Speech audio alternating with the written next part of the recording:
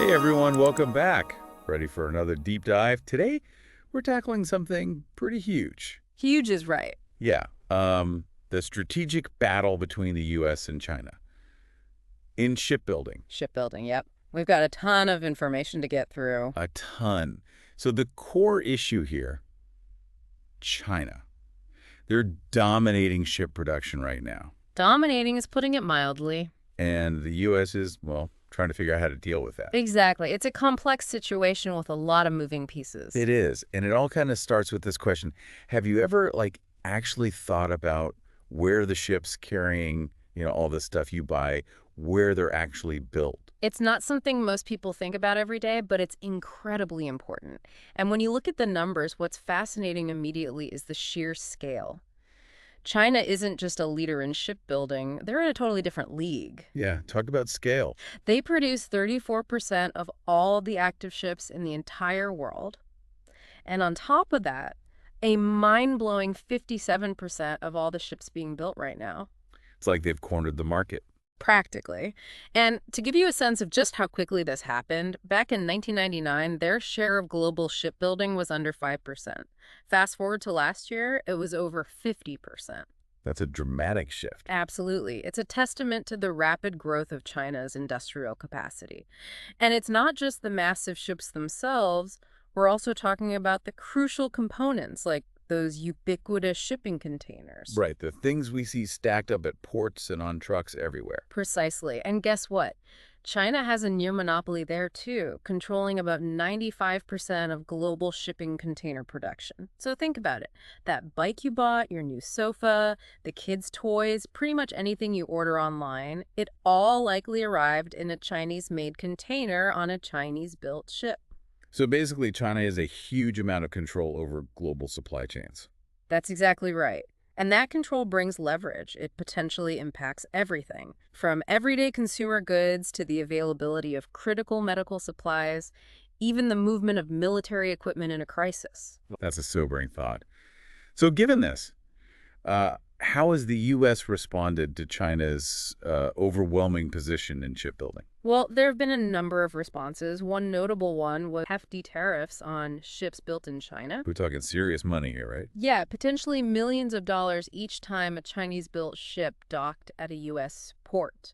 And there was even talk of extending those taxes to any ship owner, regardless of their nationality, if they were using a Chinese-built vessel. Wow.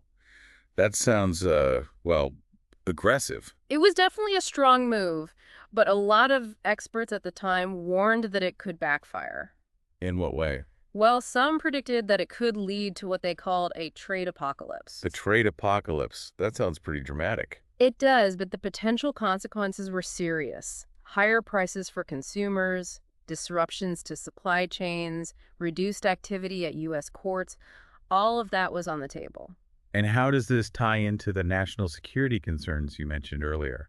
Well, when you consider that the U.S. relies on ships built in other countries, including China, for a lot of essential goods, it raises some serious questions.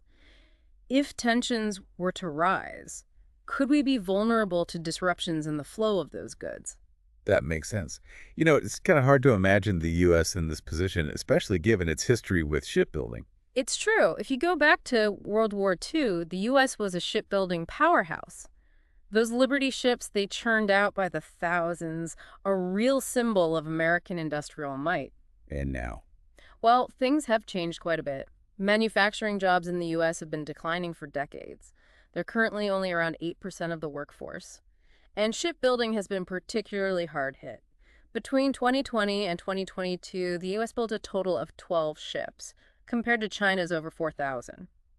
Of course, the U.S. still maintains some expertise in building very specialized naval vessels, but in terms of large-scale commercial shipbuilding, the gap is enormous. That's a huge difference. It seems like the cost must be a major factor here. It absolutely is. A container ship built in China might cost around $55 million.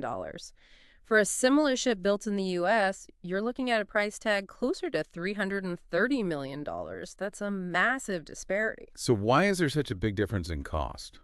Well, there are a few key reasons. First, the U.S. shipbuilding infrastructure is less developed than China's. Second, there's a shortage of skilled labor in the U.S. shipbuilding industry. And perhaps most importantly, the level of government support is vastly different. China invested an estimated $132 billion in its shipbuilding industry between 2010 and 2018. That's through direct financial support, favorable loan terms, and government contracts. All of that helps to significantly lower their production costs. So realistically, just slapping tariffs on Chinese ships isn't going to magically revive the American shipbuilding industry. That's right. It's a much more complex problem than that.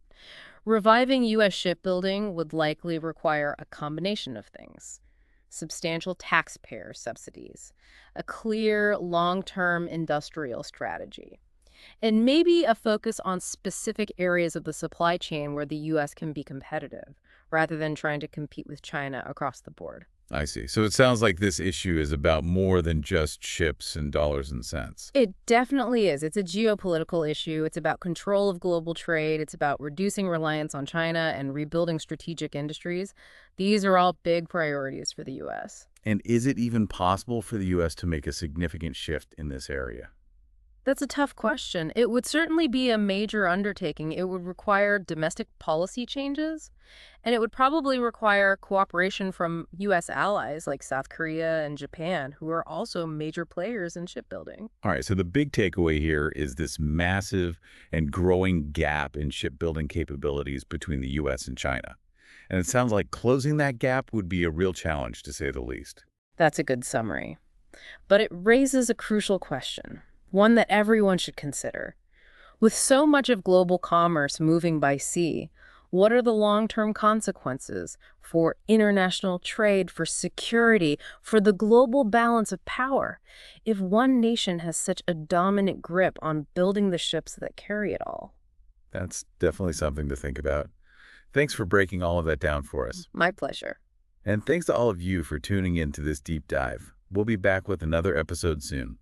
Until then, keep learning, keep thinking, and keep exploring the world around you. Absolutely. There's always more to discover.